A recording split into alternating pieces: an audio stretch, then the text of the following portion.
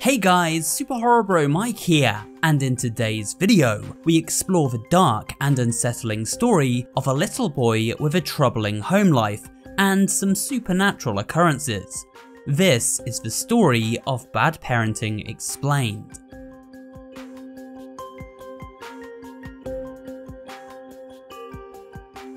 Our story begins as the mother of a little boy named Ron returns home late from work. Ron has been worried about his mother and reminds her that today is his birthday, wondering if she has got him a gift. The mother tells Ron the story of a creepy spectre known as Mr. Redface. If a child has been well behaved, then it is said that Mr. Redface will leave them a gift while they slumber. Ron's mother tells him that if he wishes to receive his gift, then he should go to bed right away, and so the child agrees. However, just a moment later, Ron's father shows up and begins to argue with his wife, aggravated at her late return from work and questioning where she has been. He scolds Ron and tells him to go to his room. The son obediently follows his parents' instructions and heads to bed. It isn't long after doing so that he falls into a deep sleep.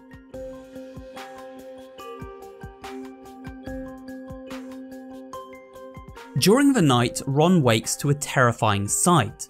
A creepy figure sneaks into his room, holding a strange doll in his hand.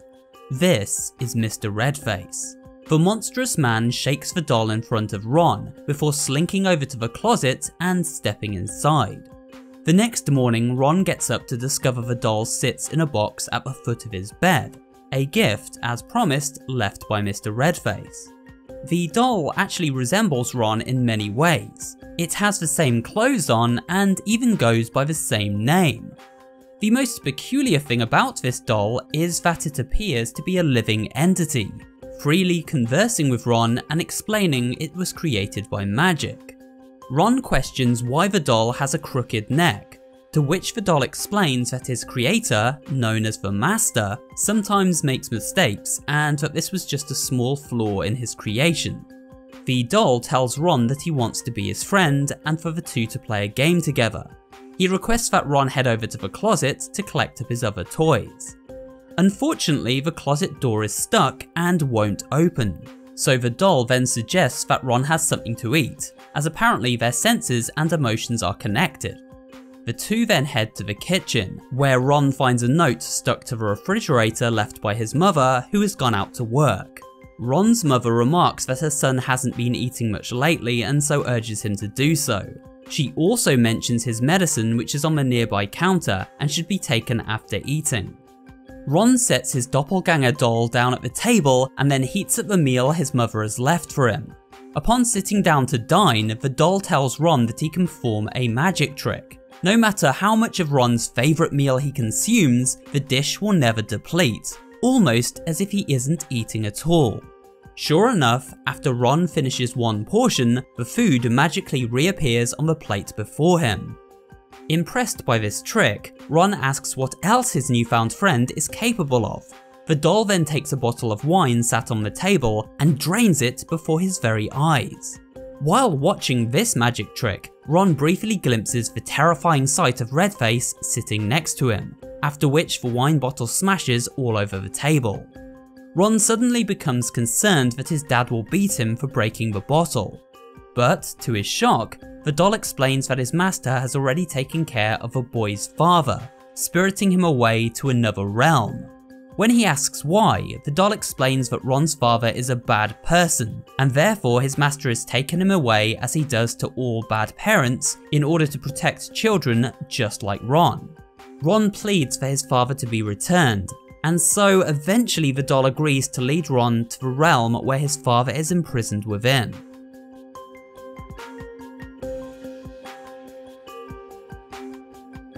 The entrance to this alternate dimension can be found within the closet in the parents' room, but in order to open the portal, Ron needs to tune into the correct frequency using a radio.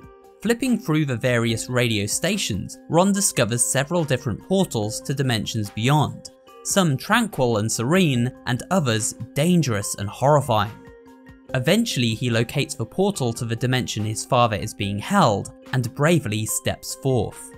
Once inside the realm beyond, Ron is greeted by a cat-like creature who seems to be the bookkeeper of this dimension.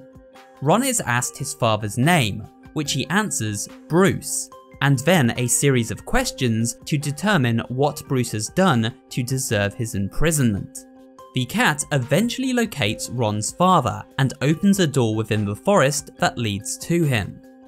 As Ron makes his way toward the door, he is ambushed by 3 boisterous children, one sitting in the trunk of a car, the second who leaps from a campfire, and the third emerging from a hole in the ground. The leader of these lost children explains that, like Ron, they are in this realm to locate their parents. Ron has no time to ask further questions. He must find his father and return to the house. Upon entering the mysterious door opened by the cat, Ron witnesses his father curled up on a bed in terror.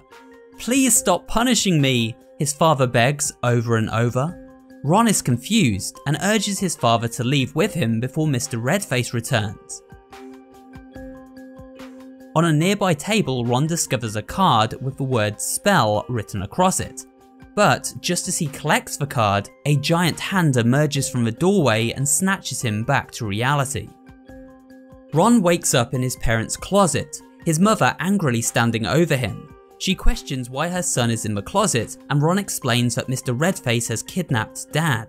The mum doesn't seem concerned about her husband's disappearance, and reminds Ron that he hasn't taken his medication, and so is likely hallucinating and seeing things that aren't really there. She doesn't believe his tall tales. Ron is sent to his room, where he finds the doll floating in mid-air. Upon approaching the doll, Ron briefly glimpses Mr. Redface strangling it before turning his attention to Ron and choking him unconscious. Ron wakes up to find his mother standing over him, worried out of her mind. The mother puts her son to bed, hand-waving his concerns about Mr. Redface. However, she is worried about her son's health, and tells Ron that she will take tomorrow off work to care for him from home. The next morning, Ron wakes up to discover his mum is nowhere to be found. It seems she has broken her promise.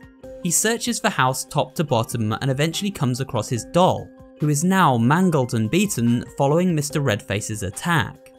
Ron learns that the doll was beaten by his master as a result of being unhappy with him, and has now taken Ron's mother away too. The doll suggests that Ron runs away before Mr. Redface returns to claim him as well.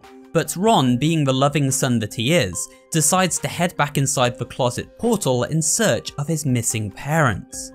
Ron shows the doll the spell card he retrieved from his father's prison cell, and asks if it can be used to defeat Mr. Redface. The doll explains that it can indeed vanquish the evil entity, and so Ron returns to the realm beyond to face his fears. Once inside the other realm, Ron finds the 3 children cowering behind a car, peering at a half-open doorway, where the sound of a woman crying can be heard emanating from within. Spell in hand, Ron approaches the eerie doorway and sees the silhouette of his mother crying at a table inside. The doll instructs Ron to cast the spell card into the room and run for cover. Hiding with the other kids behind the car, Ron witnesses Mr. Redface enter the room, at which point the door slams shut and the monster is vaporized by the spell card.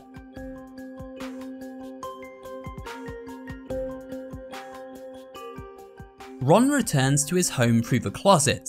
Here he finds the doll is charred and disfigured.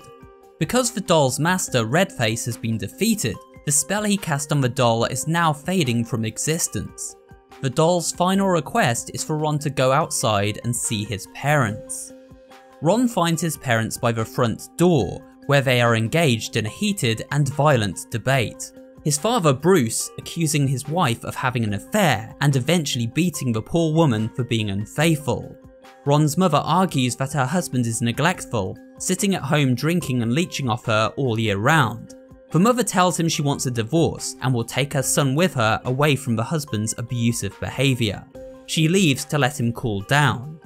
Ron then witnesses his father begin drinking himself into a stupor, a sequence eerily reminiscent of the scene we witnessed earlier when the doll was carrying out their magic trick.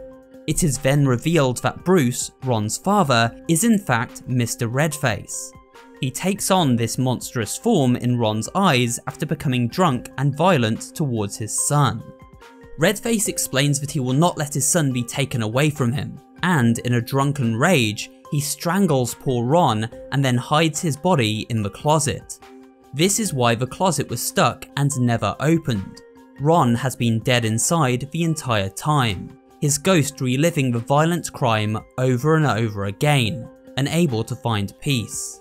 The doll that shared Ron's name and appearance represented his consciousness, the memories he held onto while alive, guiding his spirit toward the afterlife, symbolized by the dimension beyond, where other children who have been killed by their parents' neglect also reside.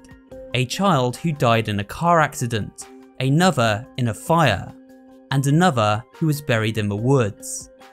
Ron's father, racked with guilt and shame, hid out in a motel room to escape his crime. Here he was haunted by visions of the son he murdered. The mother seen crying in the police station after reporting the crime to the authorities. While she is interviewed by the police, the spirit of her son makes an appearance and drops the location of the father's whereabouts. This represented previously by the spell card collected from the motel room. Now with her murderous and abusive husband behind bars, the mother finds peace and can mourn the loss of her child. As for Ron, he is also able to find solace in the fact that his murder has been solved, and so moves on to the afterlife to live with the other children, all who died as a result of bad parenting. And with that, we come to the end of this video and a look at the story of Bad Parenting Explained. I hope you enjoyed this video and found it both entertaining and informative. If you did, remember to leave a like, comment down below, and of course subscribe for more horror related content. Thanks for watching, and I will see you in the next video.